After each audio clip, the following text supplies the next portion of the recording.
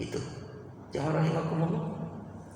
Maka akhirnya subhanallah dengan kuasa Allah Subhanahu wa taala Nabi Muhammad di Isra dan di Mi'rajkan oleh Allah dengan kendaraan yang namanya buraq.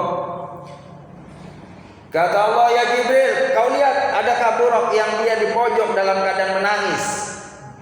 Maka kata malaikat Jibril, ada ya Allah. Itu yang di paling pojok buraq nangis terus, gak mau makan, diam aja. Maka datanglah malaikat Jibril, kamu kenapa kok kayak ngelamun sedih? Aku rindu sama Muhammad. Kebetulan ini malam Allah memerintahkan nyari buraq yang lagi sedih rindu sama Muhammad. Ternyata situ yang dipilih sama Allah. Senang Pak girang tadi, air matanya langsung bersih, senang girang. Mau menjadi kendaraan Nabi kita Muhammad SAW. Ayo ke saya, kata malaikat Jibril, turun ke bumi, jemput Nabi Muhammad SAW. Turun Pak di Mekah. Lalu dari Mekah langsung berangkat ya sampai tadi itu ya tempat-tempat yang diizinkan sama Allah, sampai ke Masjidil Aqsa di Palestina. Lalu di situ subhanallah, ruhnya para nabi dan rasulnya Allah sudah memenuhi itu masjid. Di Masjidil Aqsa ada ruh Nabi Adam, Idris, Nuh, terus sampai nabi dan rasulnya Allah sedang berbaris di masjid itu, ingin sholat bersama Nabi Muhammad SAW dan Nabi yang menjadi imamnya. Ruh. Jadi jangan menyangka bahwa orang meninggal dunia itu udah meninggal, enggak, hidup. Cuman hanya pindah alam doang Pak. Wong ketika orang meninggal dunia, mohon maaf, dia ada di atas tempat tidur ditutup Pak sama kain. Dianya mah tahu itu siapa yang bertakziah tuh tahu. Istrinya yang nangis tahu, anak-anaknya yang kumpul yang baca Yasin, lagi zikir, anaknya yang lagi ngomongin warisan juga ya sipulan ngomongin, pokoknya rumah yang orang saya, bapak sana sayang banget sama saya, rumah sama saya, ya udah biar mobil ke saya. Tega bapaknya yang sebentar lagi masya Allah mau ditanya malaikat munkar dan nakir, bukan disibukkan dengan zikir, baca doa supaya husnul khotimah, malah ngurusin warisan. Allahu Akbar. Ini ruginya kalau kita orang tua nggak nanemin ke anak kita akidah, ibadah, akhlak. Yang ada adalah nanti harta kita yang kita bela-belain, siang malam ngumpulin harta benda. Allahu Akbar. Dalam keterangan hadirin, ya, aku tuh aneh, kata Nabi. Ajibtu bisalasin, aneh sama manusia dengan 3 hal. Yang pertama, rojulin yajri waru'al mal. Aneh sama manusia, dia ngumpulin harta benda itu, padahal wal malu tarkuhu, hartanya bakal ditinggal sama dia, nggak dibawa itu Pak rumah yang dibangun. Yang sedih lagi ada kisah nyata nih Pak. Ini orang kalau udah pelit, kelebihan pelitnya perhitungan. Dia bikin rumah Pak, masya Allah, ngaduk sendiri. Ya Allah, neplok sendiri Pak. Mohon maaf ya Pak Tukang. Ini kan ceritanya Pak Tukang juga ya. Bukan begitu. Artinya dia orang kaya, orang mampu Pak untuk bayar orang lain, tapi saking pelitnya sendiri semua digawein sendiri Pak. Ngambil pasir Pak, ditarik itu ininya, orangnya naik. Masya Allah. Ada orang yang begitu Pak. Kalau kita punya harta benda, mampu kita membayar tukang, kan berkah sedekah itu Pak. Bahkan kata Nabi, semakin kita banyak orang yang kita tanggung, semakin Allah buka rezekinya sesuai dengan orang yang kita tanggung. Begitu. Saya punya sahabat, ya, Kiai Abdul Ghani, ya Allah Akbar, punya pesantren di Kerawang. Usianya sama saya, kurang lebih 50 tahun. Beliau muridnya kurang lebih 1.300-an di Kerawang. Ngobrol sama saya, kalau saya datang mesti dipanggil di tempatnya, ngobrol sama saya. Ya Haji, ini saya kenapa? Tiap hari punya tukang. Ternyata tukang itu Allahu Akbar membuka pintu rezeki dari Allah. Saya pikir pesantren itu banyak banget buat ya kobongnya santri gitu kan, buat tempatnya santri. Itu semakin banyak tukang di tempat saya, rezekinya semakin banyak dari Allah. Itu hadis Nabi kan? Semakin banyak yang kita tanggung rumah itu, semakin banyak pula rezekinya Allah buka buat kita. Karena rezekinya orang Pak, ada semuanya bagiannya. Jadi yang orang yang menceritakan cerita, akhirnya orang tadi udah jadi di rumahnya, udah jadi syukuran Pak. Gila syukuran sakit, Yang punya rumah tadi sakit habis syukuran. Habis sakit masuk rumah sakit. Habis masuk rumah sakit gak lama kemudian mati, Pak. Belum nikmatin rumah tadi karena habis energinya tuh, Pak.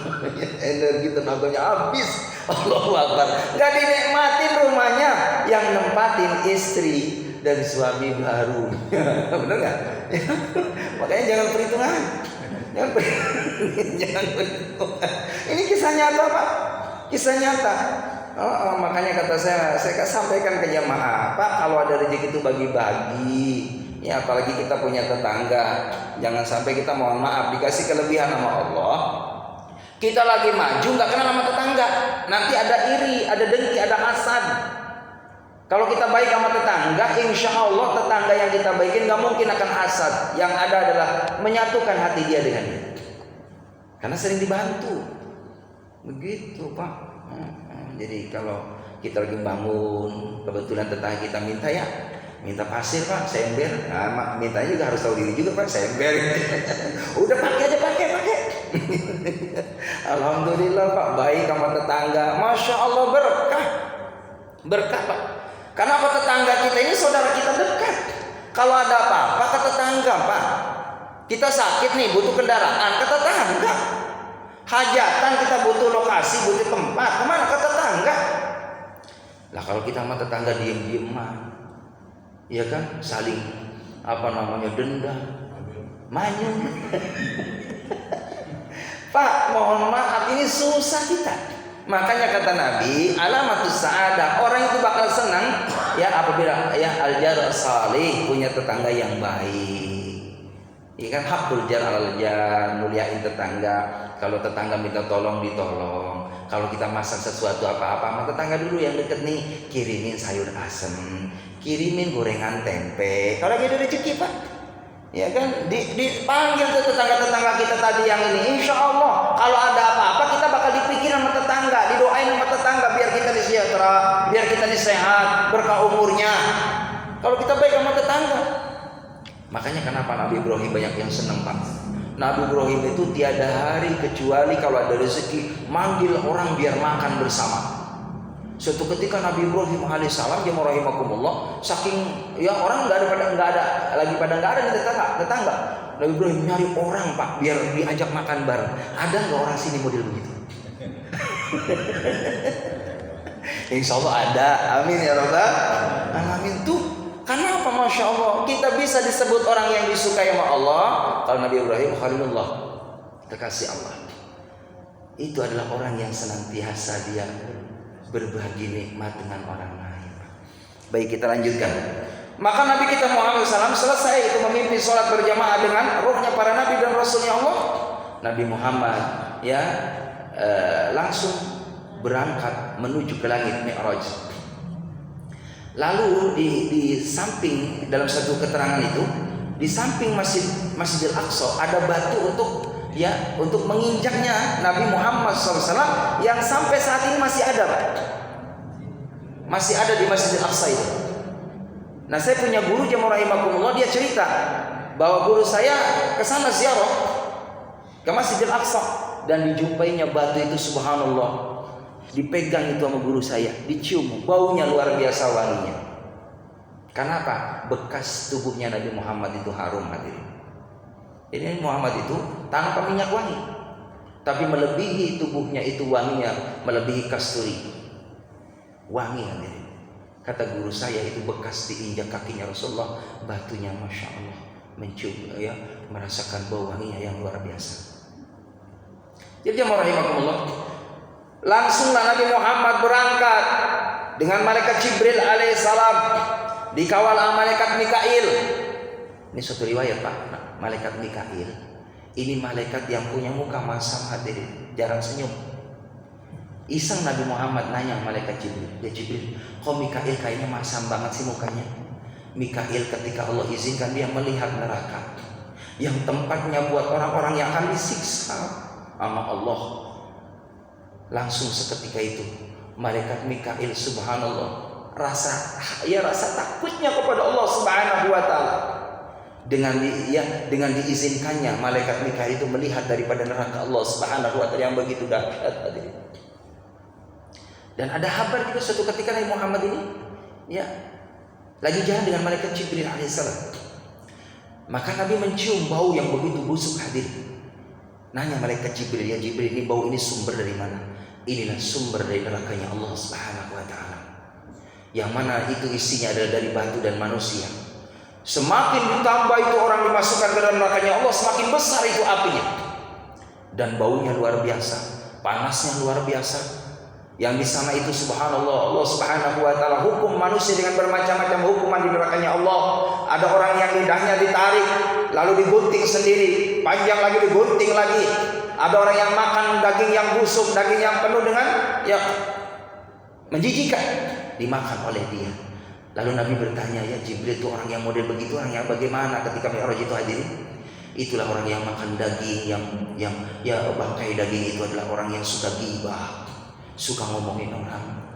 Bahkan mohon maaf, naudzubillah min dzalik, kalau kita ini gemar ngomongin aib orang, hadirin mohon maaf, sayang Salat kita sangat disayangkan, zikir kita sangat disayangkan, bacaan Quran sangat disayangkan. Habis amal ibadah kita ini dengan ghibah. Orang yang kita omongin, maka kebaikan kita ini pindah ke dia.